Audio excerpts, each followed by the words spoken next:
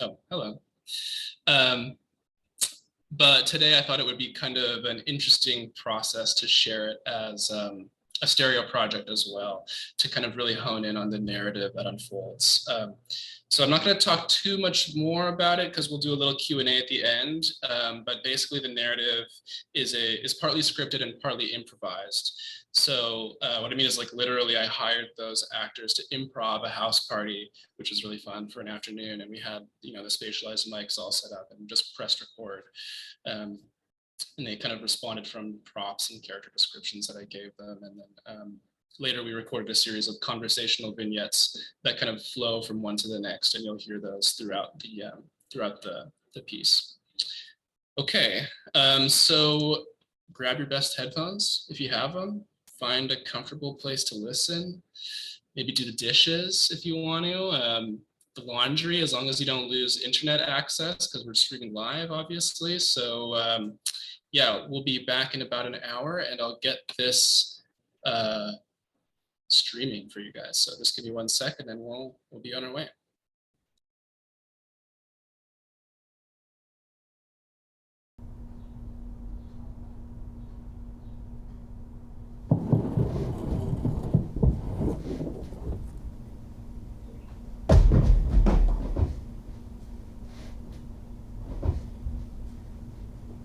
Hello?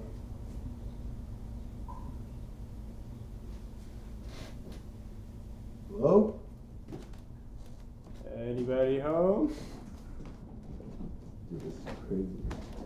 Yeah. Look at this is huge. I think it's like staged. I don't think anyone's. He's like I don't think anyone's here. king or something. Should we go up? You can go first, man. I don't want to go first. Hello? I'm going up.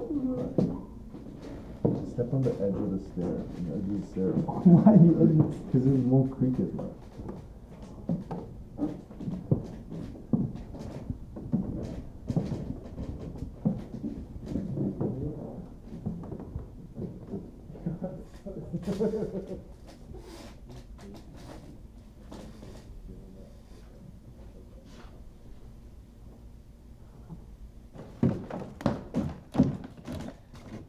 Hey. Yeah. No, it's good. It's all. Yeah. Yeah. No. I'm gonna actually. Is it okay if I stay with AJ tonight? He said I could. Yeah. Yeah. His mom's okay. It's all good. Yeah. No, I promise not to do that. Yep. Yeah. I just told you. Yes. Okay. Okay. Yeah. I gotta go. Yeah. Okay. I love you. Bye. Yo, where you at? Yeah.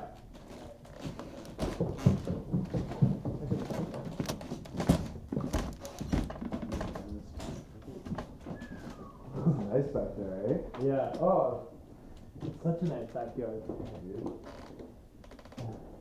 You can sit out there, ashtray and stuff. Yeah. Man, is there a barbecue? Oh man, That would be barbecue. I mean, we've got an oven, so we could definitely cook some shit Cook up. something. Do you Yeah. think it works? We We can find out. Yeah. I mean, I don't see where. Yeah, I don't know where to turn it Nice, on. man. I feel like I could just like live here for a little bit. Maybe we should. Maybe we should. They're bad. Oh, I'm getting a call. Oh, it's Tyler. What the fuck's up, Tyler? Tyler, yo! Over here, bro. Yeah, it's sick, man. So you guys should come for sure. Yeah, totally. Okay, nice.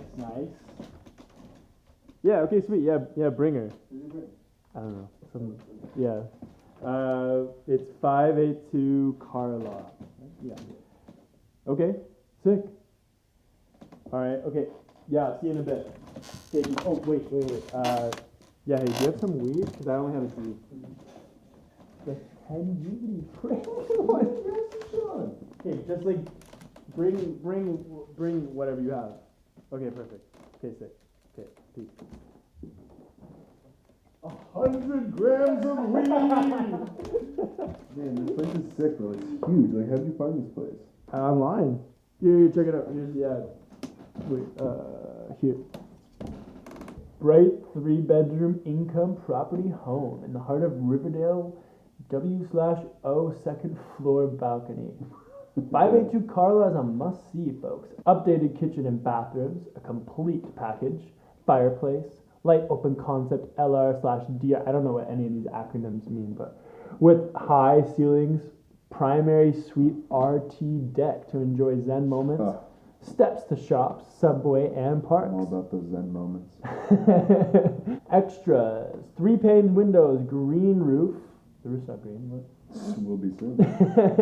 Gas stove, fridge, B/IMW. I don't know what the fuck that means. Dishwasher, W/D.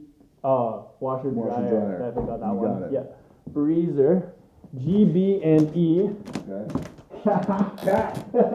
Wardrobes, sandbox, outdoor chalkboard. Sandbox? Yeah, that's it. Tenant in basement with options, 2,400 square feet. Wait, what?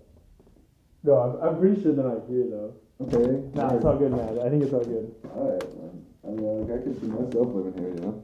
Hell yeah, man. Me too. Like, one day, not. Yeah. Well, I mean, we're living here now. True? I mean, did you ever think about moving out? What, like, ever?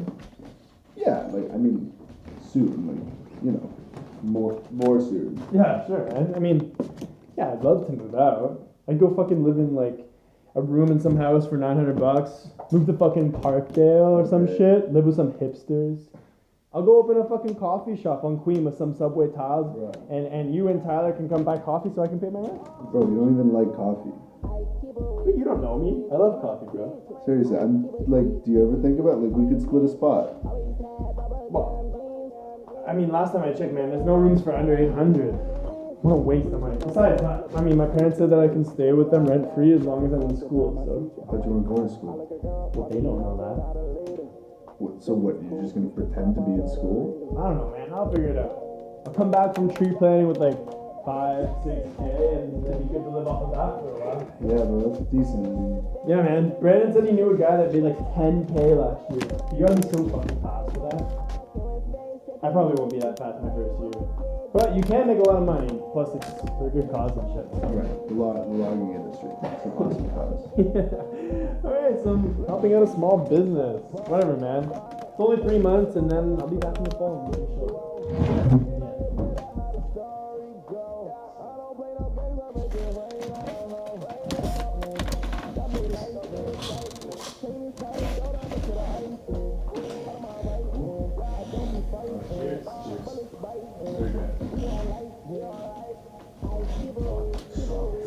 That's good beer.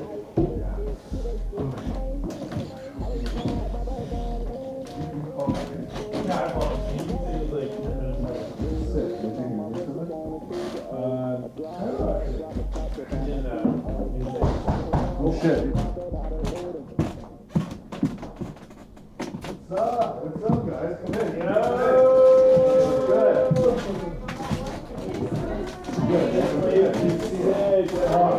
That's the shit I want to see. That's amazing.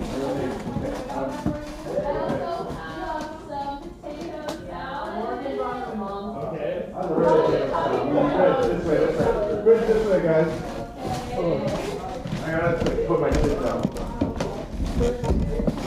You guys gotta see upstairs, Yeah. I mean, I don't even know. You put the potatoes on the fridge? Yes. Yeah, we need each other. Okay. Yeah, you don't want to.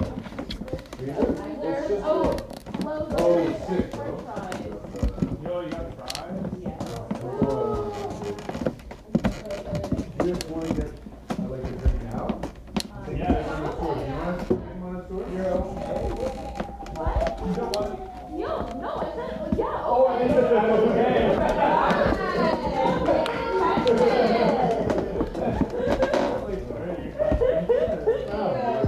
Oh, shit. Let's go. I'm getting fucked up then. There's a jacuzzi. Yeah.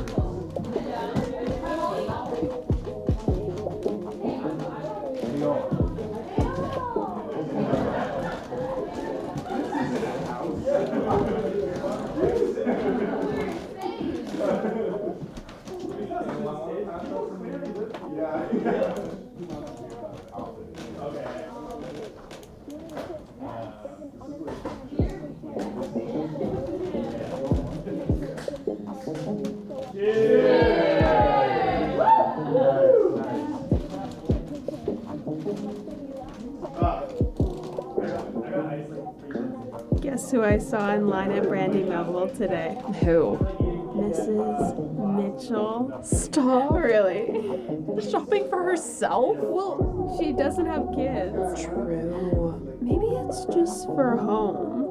What do you mean? Like, you know. I don't. Okay, like what if she likes to cosplay as her students? Oh my god. Who do you think she dresses up as? I don't know. Katie? Oh no, Kevin, I simply cannot get a C on my midterm.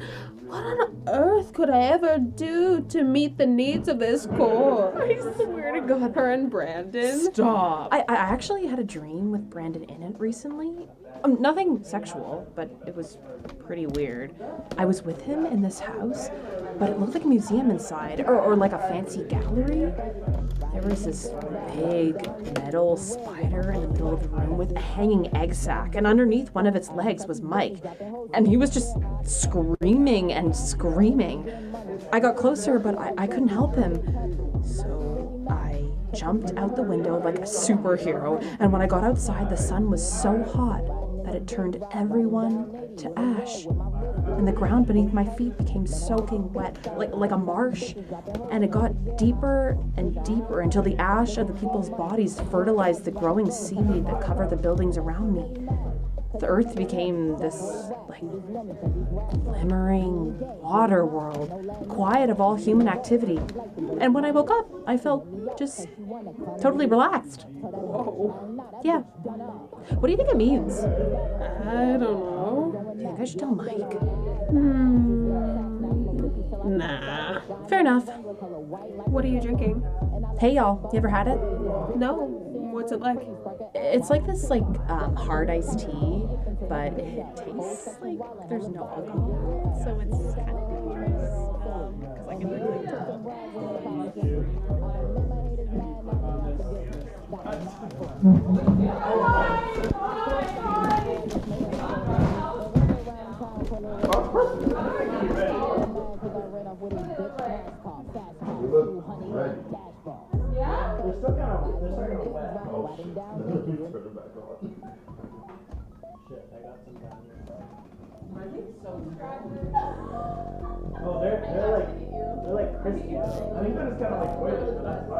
I want to get Stavros a bigger cage.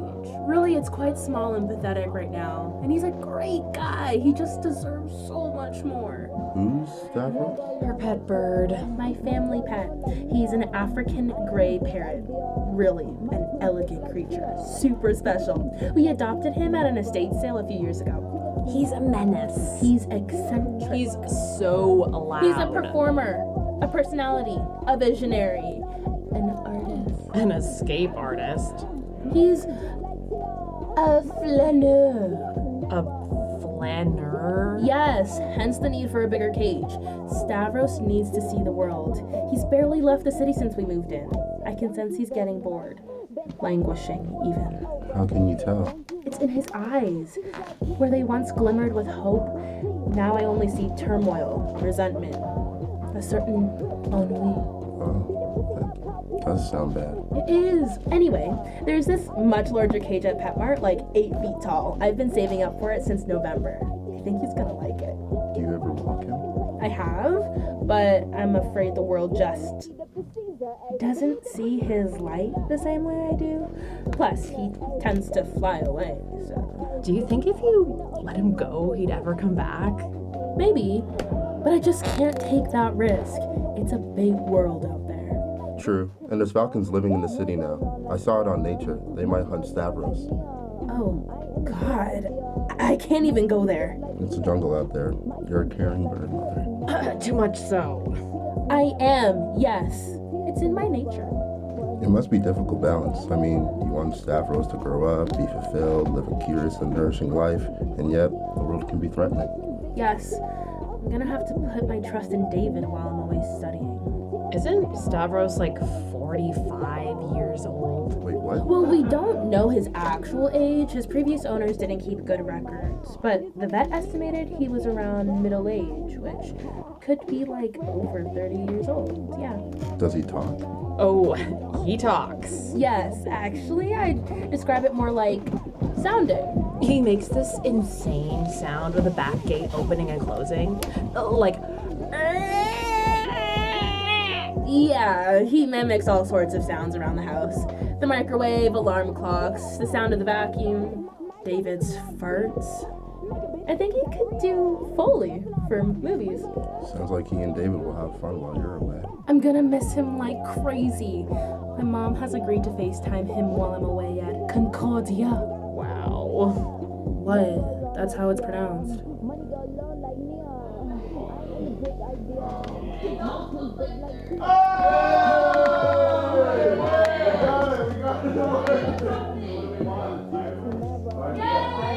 Putting on the fireplace YouTube. 25 Why is that recommended? That's what I would. I also would watch Luigi's Mansion. They're watching a video of a fireplace right beside the fireplace. Oh, cool. Oh, cute. Wait, I want to see. We don't want to leave these books.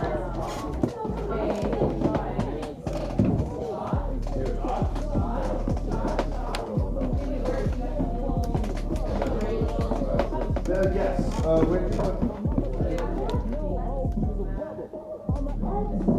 This is not the vibe.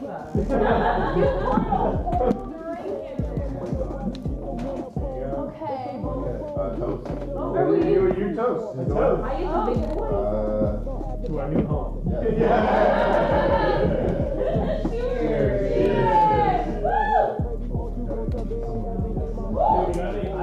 Yeah, I heard if you don't make eye contact. I said 10 years ago, it's 7. I heard 7.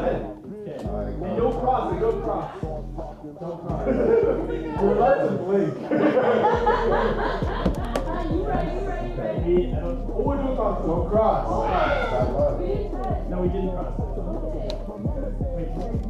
We just clean wrist eye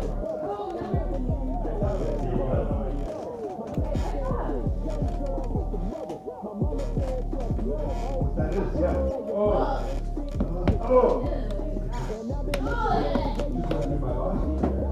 Felt every single one.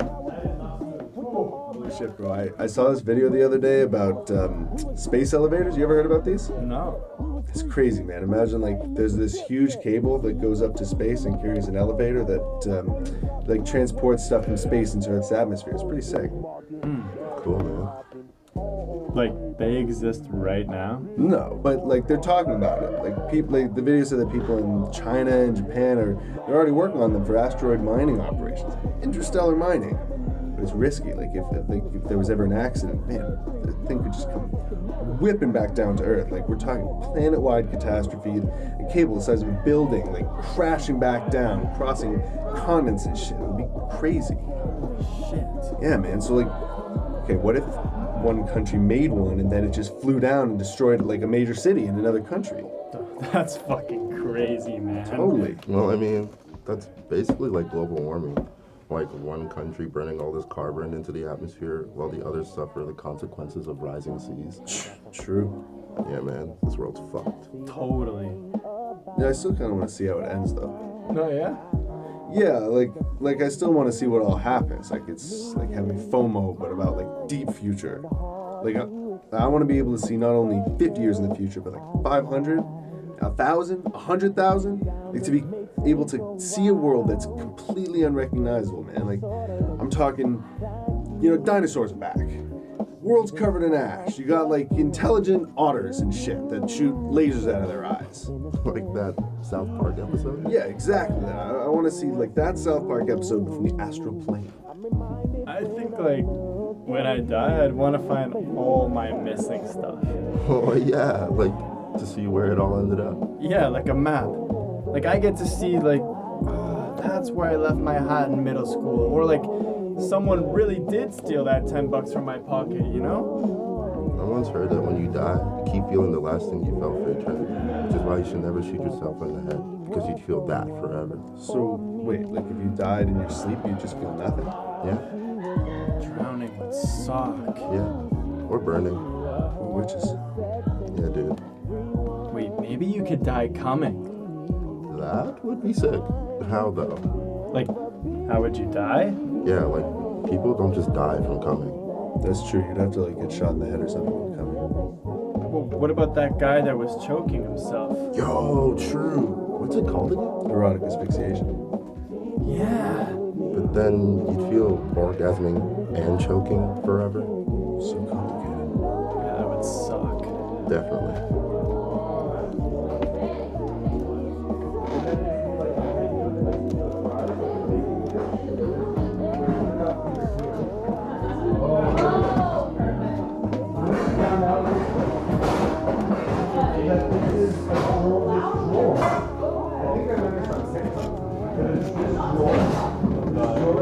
That's what it's meant for. It's like to keep stuff that you've already made.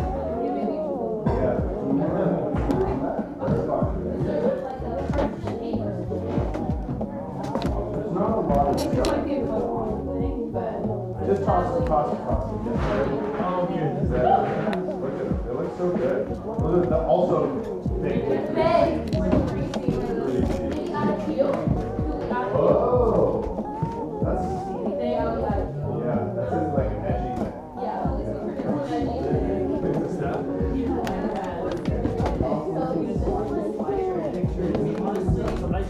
I like. I know you like potatoes out. You want But, well, we don't want to take it out now. We want to cook it all first. You're right. Or do you want to take it out now and have a little snack? Let's have it with. Like us, yeah. Yeah. Okay. I think that makes sense. Enter the on-screen. I'm gonna be on. This is not an Apple TV. It's going to be like. Sort of. I want to get on the level. Yeah. You gotta catch up. No, because it wouldn't be Apple TV. It would be Marvel. That's what I'm talking about. You shocking, right? No, not that. You're shocking enough. Is it even working? Like, do we need it for the, we need it for the Yeah, we're like, I could probably say.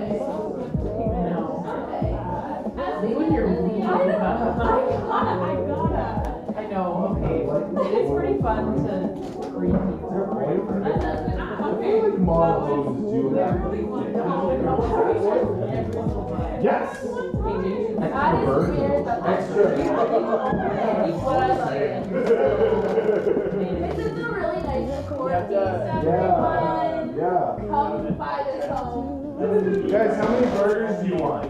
Or like, if you want I any. don't do red meat, Why not? because I don't. Okay. I do red Do meat. you want something else? Do you have something else? The fries. Okay, I'll try it. And also, Potato Morgan. salad. Fine, I'll eat Morgan. Oh, Oh my god, fine, I'll eat potato salad. It's fine. Oh my god. I'm sure it's good. What about you guys? Alan Burger. Two burgers? I'll have the burger that you You want the double patty? Yeah, that's patty. Why did they do that? Got you, buddy. Fine. Okay. Fine. No, I fine. don't know Alexis is not going to burger. Adrian's going to have a burger. They're like stacked. Big Mac My size. shirt's nice. Yeah, it's really nice to work on. Yeah. Where's my cheese? The lettuce one, you can do it.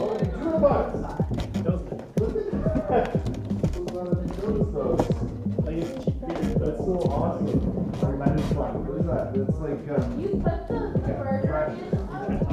Yeah. is that good? I think I've heard about people that know. Yeah, there's no. Alright, well, you guys figure out what you need. No, we can't figure out the TV. There's no we turn it on. there's a really nice vibe here. The Northern Lights. I'm feeling like probably they don't have cable. No, it's a Comcast, but I can't figure it out. Oh yeah, we probably. I've never heard of that. It's like this little like Google thing that you plug into the TV, and when you go on YouTube, you click on the little like this guy, and there should be. It says Runway Oh, Still. so you You can. can cast from your phone. What do you have at home? My PlayStation.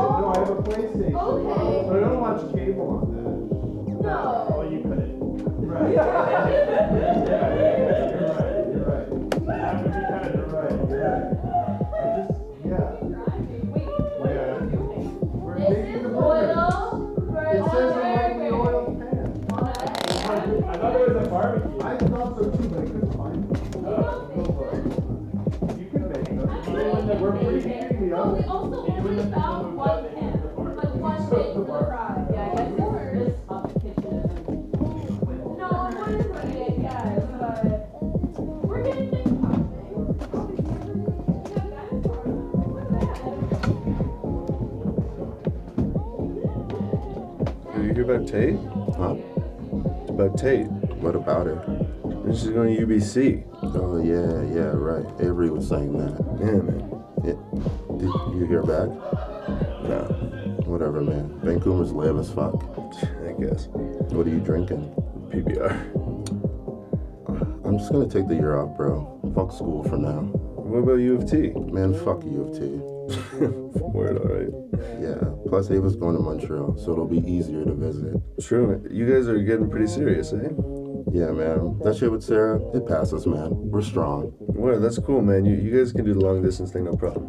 Yeah, man. I'm gonna be that fucking good guy boyfriend. I'm boyfriend material. Bro, you are fucking boyfriend material. Bro, I am boyfriend material. Cheers, man. Bro, Lexi is lit tonight. Dude, we have this, like, out-of-body relationship, man. It's hard to explain. She's wild, man. You checked that upstairs, by the way? There's a huge tub. You gonna have a bubble bath, bro? I don't have the jets at home. Alright, bro. I'm gonna go smoke. Alright, cool. From like, Because you don't eat meat. Yeah, it's okay. I think they'll live. No. It's already dead anyway. who talked about that in like grade 10 history? Was that talked about in grade 10 history? I don't think I was paying attention to it. Honestly, bet. I always skip that one. We were Honestly, like, bet. True. Yeah. And still to this day. Oh my God. I know, I feel like of course it's just talking about like white men and like That's true. Hey, bro. yeah, his story. His Yeah. story. Not her story. That's No, yours. not her story. Feeling it now. I'm feeling like. I know you came so already, bro. I know. You bring what? How much? Too much. From your brother? Hopefully the cops don't come. Well, already, like, yeah. I don't know about the story.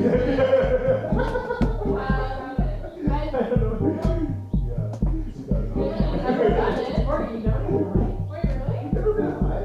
Wow.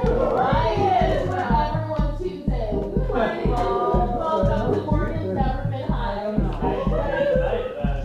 Yeah.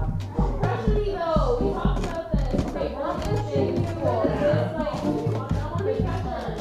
Where are you going? I wanted to see the Chromecast. I've never seen one before. This, You can figure out how to work it. yeah. I don't know how to work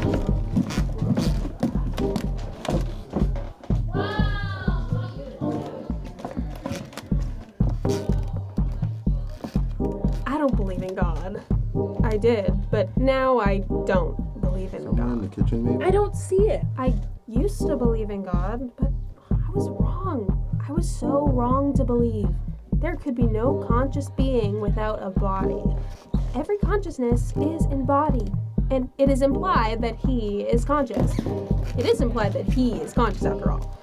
How could I be so wrong? There's no cutlery. Try the pantry. You can't eat potato salad without cutlery. Jesus, maybe, but that's so Christian-centric. Like, sure, Jesus, a crazy guy.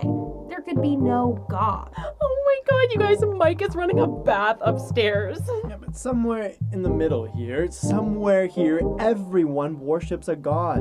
A god doesn't exist without our mutual embodied consciousness. We make God. It's like we're God. That's impossible. We're not God. We have no power. God has power. Well, we have power now. Power now? We don't have power now. We're just slipping between the cracks. We're just in the house of the powerful in secret. They're God. Wait. But they don't worship my God. They worship the fucking money God. They worship the God of money. They work in the church of finance. That's their God. Well, we're in their house. Their house. So what does that make us? Pagans. Pagans still believe in something. Are you guys even hungry? Like, is it weird if we just use our hands? So, are you saying that you really don't believe in anything? What's there to believe in? I don't know, ethics? Whatever happened to your obsession with the debt jubilee? What is that? No, it's just this It's thing. basically a mass clearance of debt from a society. Like an erasure of debt. Apparently in the old land of Israel, like biblical times, every 50 years society would just erase debts, free slaves, and give land back to its original owners. I guess it was a way to prevent extreme inequality. Whoa, cool. So, like, student debt too. I guess, technically, I've read that the Greeks also did something similar. This guy called Solon, when loans got out of control, he instituted this kind of debt forgiveness law, which I guess to the rich was seen as better than the alternative, What alternative? violent revolution.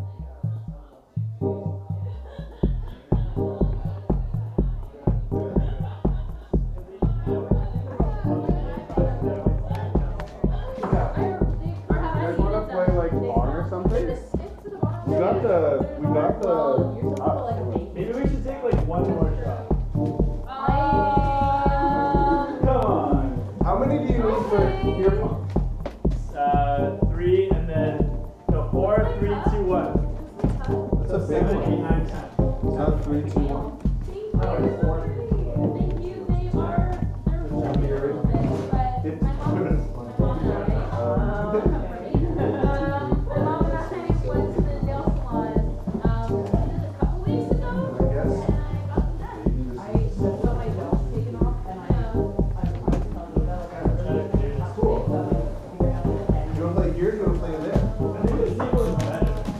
It's longer. The other table's kind of short. The other table is kind of short. You're right. And there's like walls.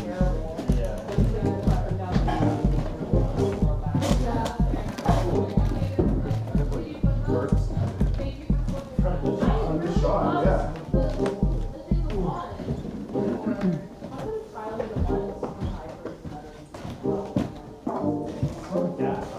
What, really? I think it's just because Because of the meat, yeah. It's an electric stove. Or no, they said it was gas, right? I don't really know the difference. Yeah, it's like new house smell. Is that a thing? It says it's like a walk score of above 90. That's good, right? I can't go. What do you mean? I don't think I can go. It's too expensive. What do you mean? What happened to working in the summer? What about working in the summer? What am I gonna do the rest of the time? I can't put the rent on my credit card. I mean, I just thought you said you were going to figure it out. I'm sorry. Fuck, so you're gonna stay here then? I guess so. Did you apply anywhere else? No. I kinda wish you would have said something earlier. Yeah, I mean, fuck, I don't know. I don't have a fucking...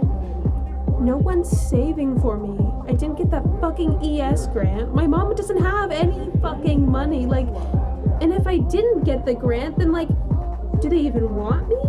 I know that's stupid and it's not like that. It's just like, I wanted to like talk to my dad and he was like, Okay, well, you know how he is. I know, but it's just like, put things in perspective. Like, how am I gonna do this? It's just so expensive and I can't end up with all this debt and like no job and like I don't have a family credit card. No offense. Yeah. I mean, I still think it's doable. You can't stay here. And what, take the year off? What are you going to do? Keep going to AJ's parties, I guess.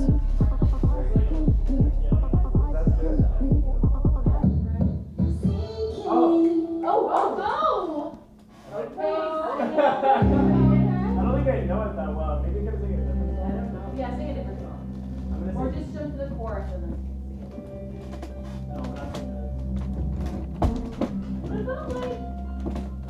What about like, writing? Like for an audition, something I just, like if I need to sing a song that's from something like that. I got my about. not as 'Cause you were so excited to finally drive up to your house. But today I drove through the suburbs, crying 'cause you weren't around. You're probably with that blonde girl who always made me doubt. She's so much older than me. She's everything I'm insecure about. Yeah, today I drove through the suburbs.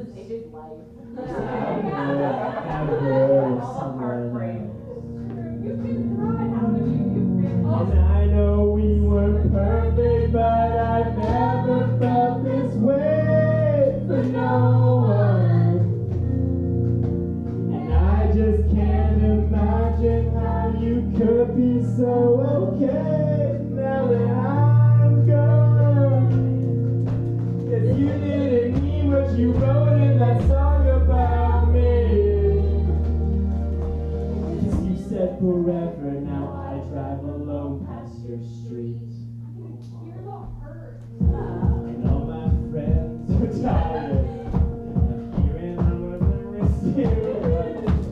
And I feel sorry for them, 'cause they'll never know the way that I do. Yet today I drove through the suburbs. Pictured I was driving home to you. Are you supposed to be talking? You weren't perfect, but I never felt this way for no one. And I just can't imagine how you could be so okay now that I'm gone. I guess you didn't mean what you wrote in that song about me. 'Cause you said forever, now I drive alone past your street. Red stop signs, I still see your face in the white cars, front yards. Can't drive past the places we used to go to, 'cause I still fucking love you, babe.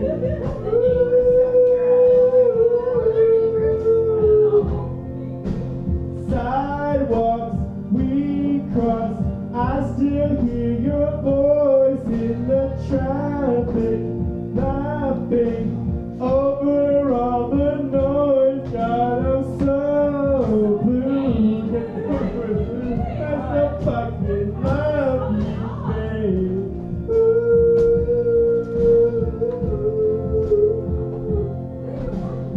I know we weren't perfect, but I've never felt this way for no one. And I just can't imagine how you could be so okay now that I'm gone. 'Cause you didn't mean what you wrote in that song about me. 'Cause you said forever, now I drive alone past your street. Thank you.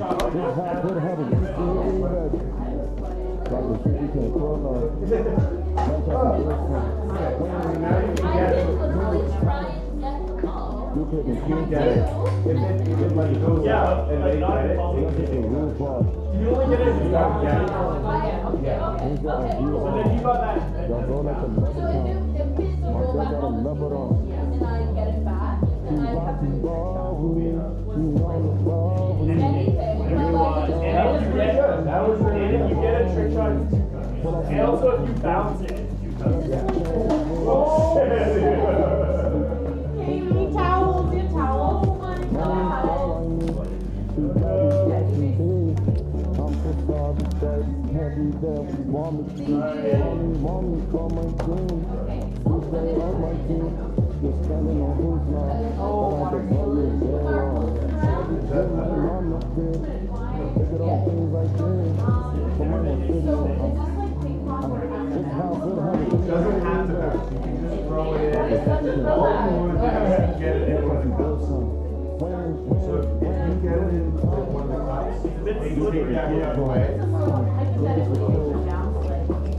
Yeah, totally. All these things you want to get into tough. We're gonna do naked mile. Yeah. So here's the trick. So if we don't get any of their cups out, Like, you know I want to be that guy for her. I don't know, you know I'm not perfect. You know I'm not saying, but like I'm just committed to her and like, yeah. I guess what I'm wondering is like, I've seen you. I've seen how you can be with Sarah. Don't bring up Sarah. But you know it's fair, Ty, because like, I'm like basically her mama bear. Yeah, for sure. And like, I'm gonna go mama bear for Ava like anytime anyone's fucking with her, you know? Like, I will seriously fuck you up. And like, I don't care if it's you, Ty. I don't care if it's you because Ava is my fucking... I will literally die for her, so like... You know what I mean? Yeah, of course. I wouldn't want it any other way because you're like her friend. Like, yeah. Like, I will literally... You fucking... Just hear me out. I know I fucked up. I know I fucked up. And we've talked about it and I want to be that guy for her. I don't want to be like fucking fuckboy Tyler, like I can do, you know, you don't need to believe me right now or whatever, but like I can. I guess what I'm saying is I'm trying, and it matters to me. Nothing big or showy. I'm just trying to be that guy, that's all. Alright. And like, yeah, it matters to me that you'll stand up for her. Well, like, it's what she needs. It's what she needs for sure. Ava can't leave. Really? I thought you two were going. She can't leave. She's stuck. She's not stuck. I want her to go. I want her to freaking leave with me. I can't stand it here. I just can't escape the fear that she's going to rot if she stays here. It's rotten here.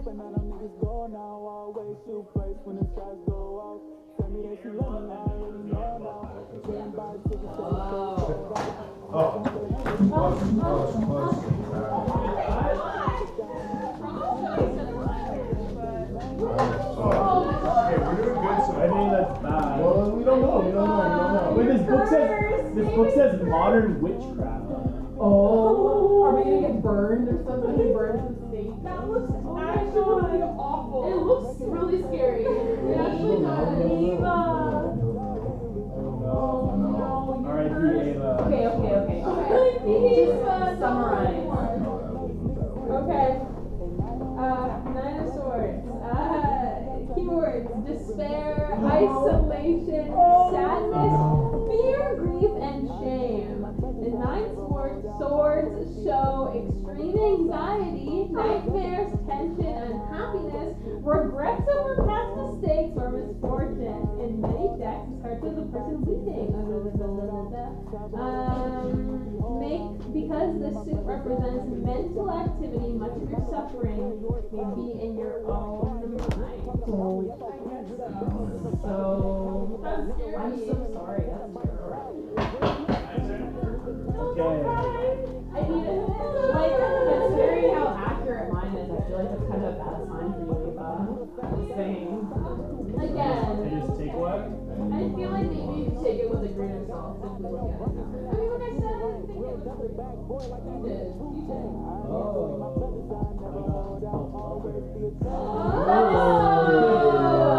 That is so you.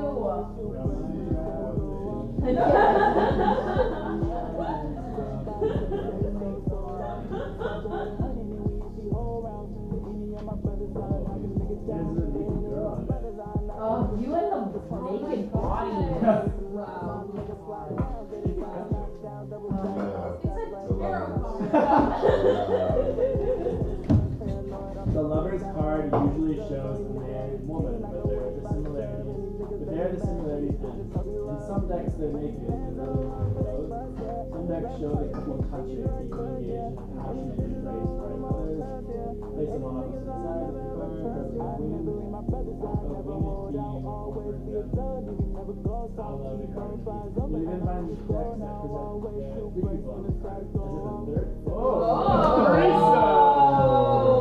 as if a third party who might be a young person or an older parental figure is influencing their relationship. Oh, I see. Okay, influencing. Although many people interpret this card as representing romantic love, it's really about the union of opposites, often expressed as the union of the male and female sides of your own dual nature.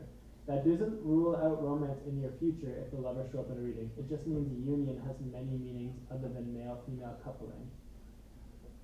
So very inclusive. Yeah, good non-heteronormativity. Love it. Bathroom in the bathroom. I think we should. Oh my gosh, are you okay? You killed Claudio. You killed. Oh my god. Not this. You Oh killed my my God. god. Oh my god, now we have Not to that. like this. Not that. You deny it. Farewell. There is no love in I'm not taking her home this time. I can't. Hey, Actually drunk. like Not that drunk. no, obviously. You dare be friends with me, then fight my enemy. This is the so-called professional. Slandered my kinswoman. Guys, we actually should take Oh. Can you grab like water or something? Can you get like a towel or something? Yeah. I don't know.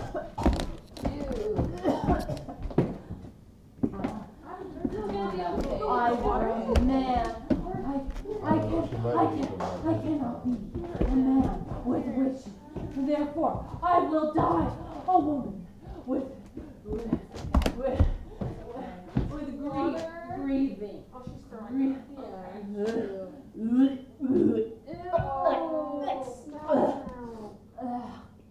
It's not the burger though. She didn't eat that. Well, that's probably why she's throwing up. She hasn't eaten anything.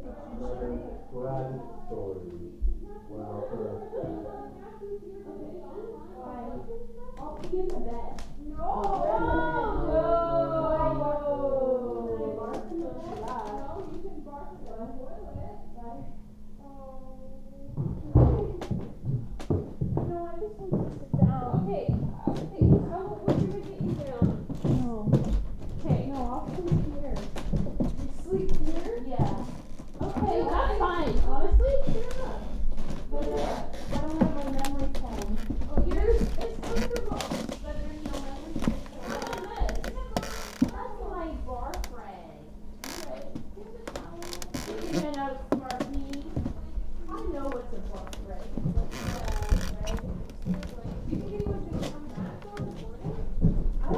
No idea. Listen, I'm interested in this game we call life, and we're just out here.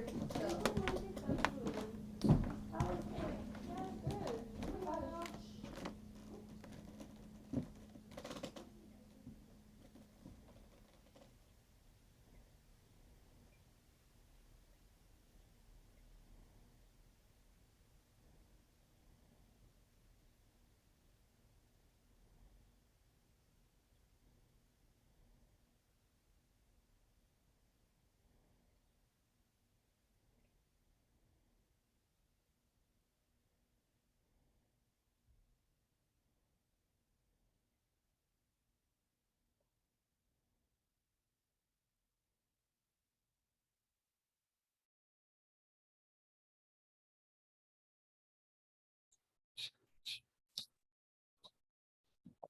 Ooh, Hello.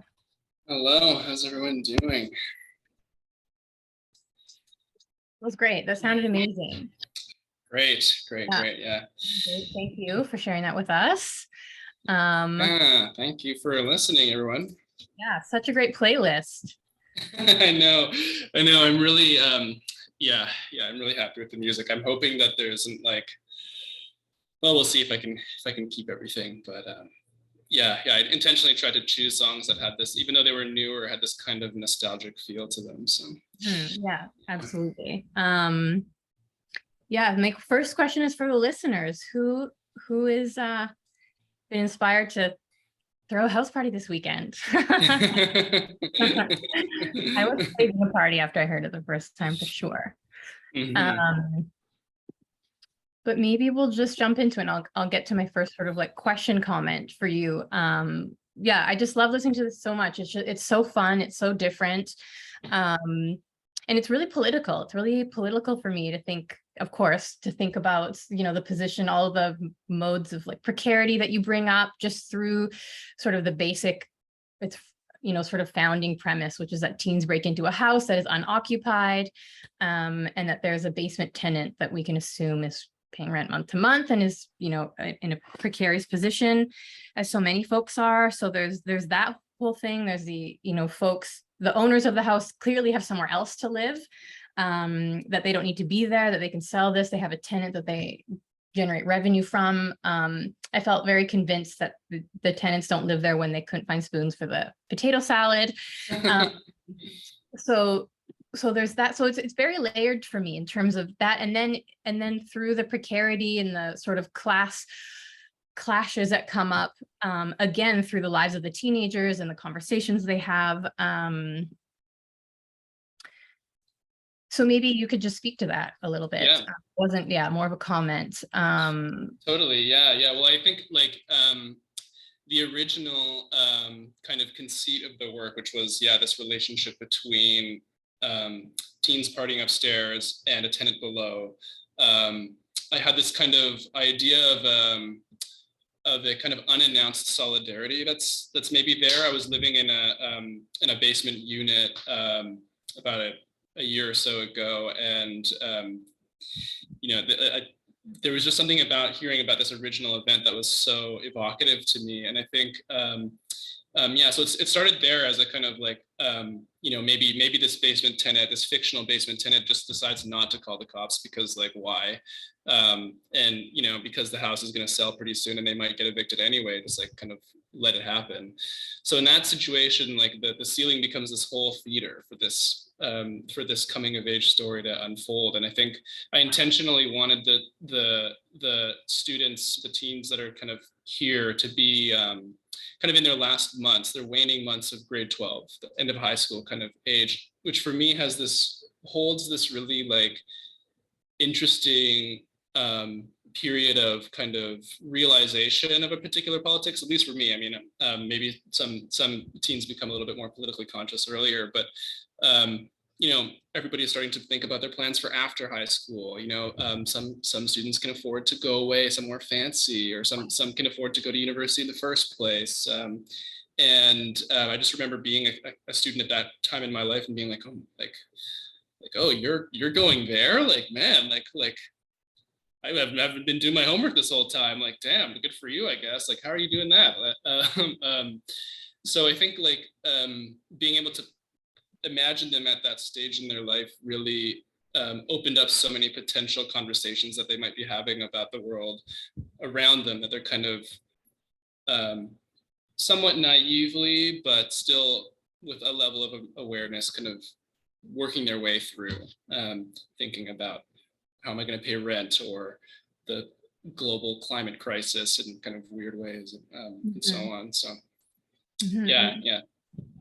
And the debt jubilee was so interesting to hear about. I loved hearing about the debt jubilee and the need to disband debt in order to, for those in power to reduce the revolution and uprising, which was really interesting to think about. And then also just plays into this idea of classroom precarity, just of course, because then we think of like, debt that students would accrue after high school, or, what would a debt jubilee mean for a lot of the teens' parents, or for perhaps a tenant. So yeah, that was really totally fascinating. And I love this idea that like one of the students might have just been like on a Wikipedia rabbit hole or something and come across this and just been like, debt jubilee. And then like the other one's like, oh, what about like a student debt jubilee? Like there's this kind of like that naivety also carries this like this potential to like they're like they're not kind of, they're less encumbered by the kind of like reality,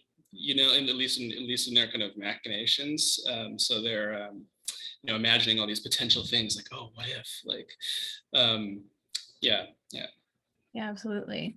Yeah, I've also been thinking about the fact that we don't hear from the tenant, like as you already talked about, like the tenant doesn't call the police or doesn't, you know, and we don't hear them like with a broom on the ceiling or anything like that, which is, but part of me was thinking like, oh, that's because like we're supposed to sort of maybe embody that role. And anyways, that's also a comment, not a question. So you can respond to that if you want. I also just double that up with another question, was just for you to talk about your interest in like parties and youth culture, because I mentioned in the intro that you've done previous work about parties and collectivity. So if you maybe wanted to share a bit about that. Yeah, for sure. Yeah, no, it's funny. I mean, I guess I kind of like the idea of just having that fictitious person just sit back and like let this whole thing kind of wash over them.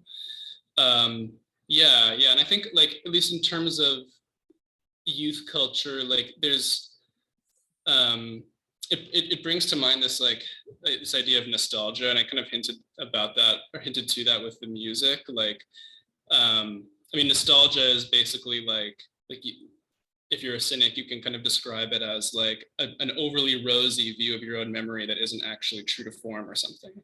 Of course, the truth is kind of like, it's a subjective memory, you know, other like to a person that wasn't there experiencing the same event as you, it might come off as a lot different. And I think that sense of that kind of social difference, or the way that we experience events, is so tied to like just the experience of teenage years in general. I was talking about Euphoria recently with somebody. Maybe it was you. I can't remember actually. We were talking about Euphoria and the kind of gloss that it has, this sheen of excitement and I don't know, it has this very glamorous kind of melodramatic feel to it. Of course, like as an adult looking at teens, like that's not at all really what you see. It's totally messy and chaotic and embarrassing. But like, that doesn't really make the experience of teenhood any like it feels like that when you're living it. So it doesn't really make it any less true. And I think that period of life really connects to like my interest in parties in general, which are like this kind of social phenomena that are almost like, I think of them as like almost rhetorical. Like they have this kind of quality that like if you allow yourself, or if you get swept up in the rules of a party or in the energy of a party, then the rules of the life that you were living before maybe don't totally coincide. Like you might do and say things that you don't typically do, that you may not even believe, because of the kind of like environment that you're surrounded in. So I think like parties, nostalgia, teenhood, these things all kind of connect for me in an interesting kind of psychological way. And yeah. And you also mentioned, like when we were chatting before, like sort of the importance of parties and collectivity and how it creates community. And I think we all have learned the importance of that. Like I definitely took parties and gatherings for granted until 2020. So, you know, and just how important, I mean, they cease to be important, I think, in our lives, and just how important those are for reasons that you already went over, like in your teens and youth. There's a really great question in the Q&A, so I'm just gonna read that out for you. Sure. From Letitia. Hello, Letitia, thank you for joining. Simon, I'd love to hear more about the music choices. The juxtaposition of Solon and Doja Cat is one I'll never forget. Yeah, I really like playing with just that sense of juxtaposition. I mean, like there's obviously like an element of fantasy that I'm bringing into to this whole situation, like because I don't actually know what happened at this party. Like a lot of it is just a projection, and so like I get to kind of like play with the material that these kids might actually be saying, you know, and like who am I? Maybe they are talking about about ancient Greek economic practices or something. I don't actually know. But I think I try to play with with a perceived like seriousness in a lot of my work. I think where like the material that you bring to a project like can have a kind of political and socioeconomic kind of critique built into it. At the same time, that doesn't have to kind of like let go of a kind of it doesn't have to be dry. I think, and I really like music can just does so much with that. Yeah, and it's also just like this is probably why I like play with music so much of my work is just like I get to just like fit in DJing and like share the music that I'm listening to with other people, which is just fun in general. Absolutely. Thanks, Atisha.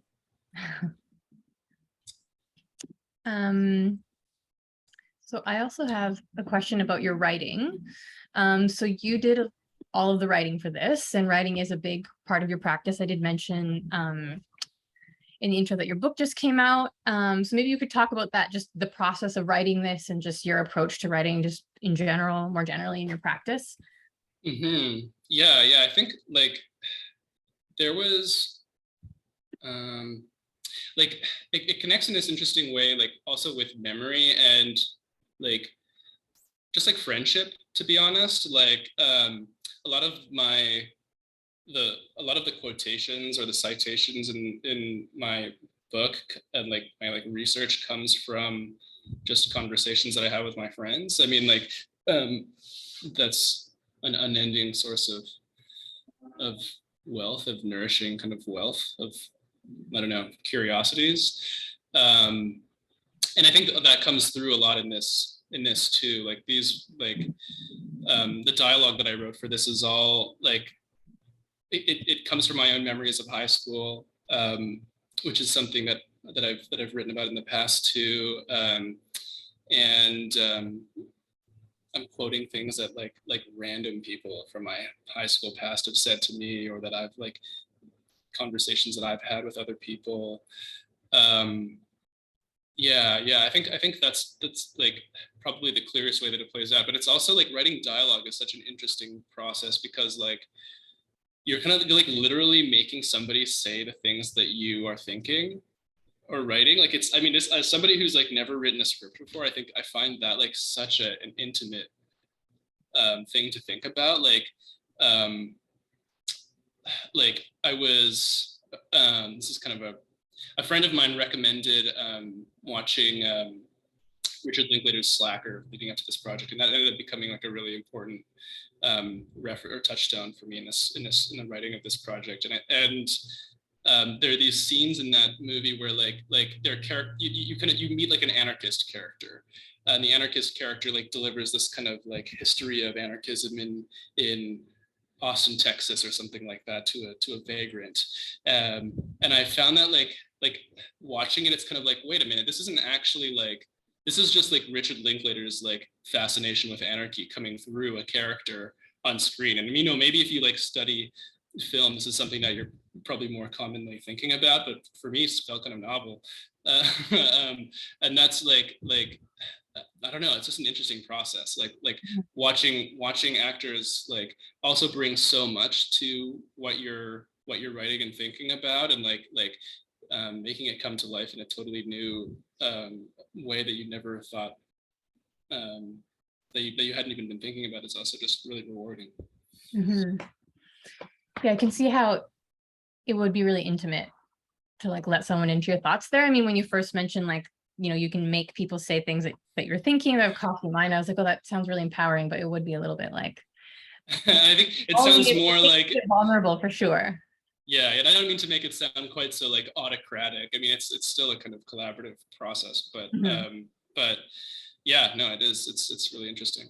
Yeah, we are at 5:18, so we should maybe wrap things up soon. Thank you so much, everyone, for staying with us here. I know it was a pretty tall order to try to fit this all in 60 minutes, but there was a point where we thought it would be possible. So if anyone has another question or comment, if you would like to pop that in now, we could probably take one more.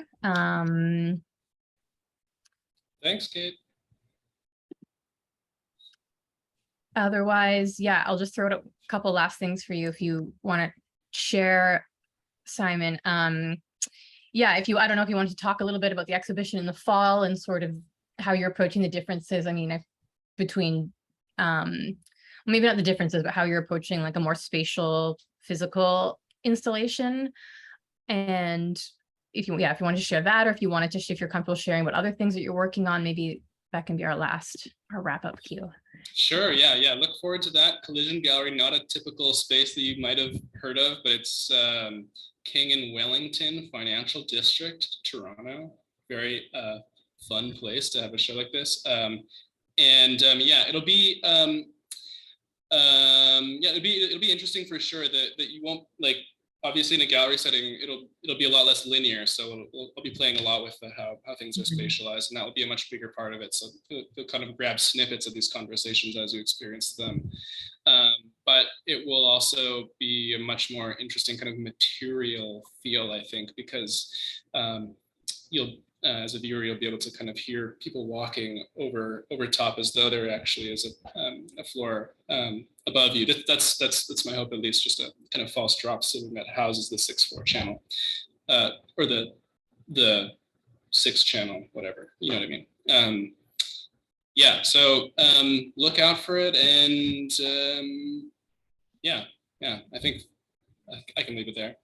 Yeah, wonderful. Well, thank you. Yeah, I'm really excited to experience it in person. I think that the physical installation offers like a messiness that you can't have in this sort of 2-channel version. Like there was sort of like a cleanness in terms of, because there has to be in terms of the way that the conversations ebb and flow. So I just love the idea also of just being in the exhibition with a friend and then being on the other side and hearing something completely different, and then at certain times those things sort of complementing each other. So yeah, really exciting. So thanks again everyone for joining us, and thank you so much, Simon, for working with us on this and sharing this with us. Everyone have a wonderful weekend. And thanks so much. Everyone. Yeah, thanks for coming, everybody. Bye. Bye.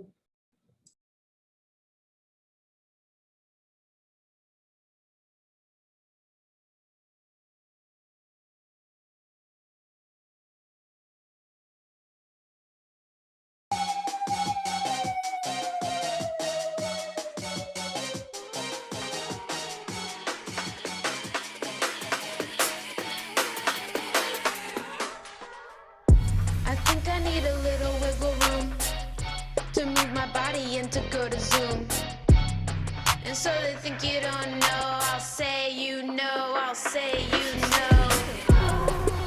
You think I need a wiggle room to move my body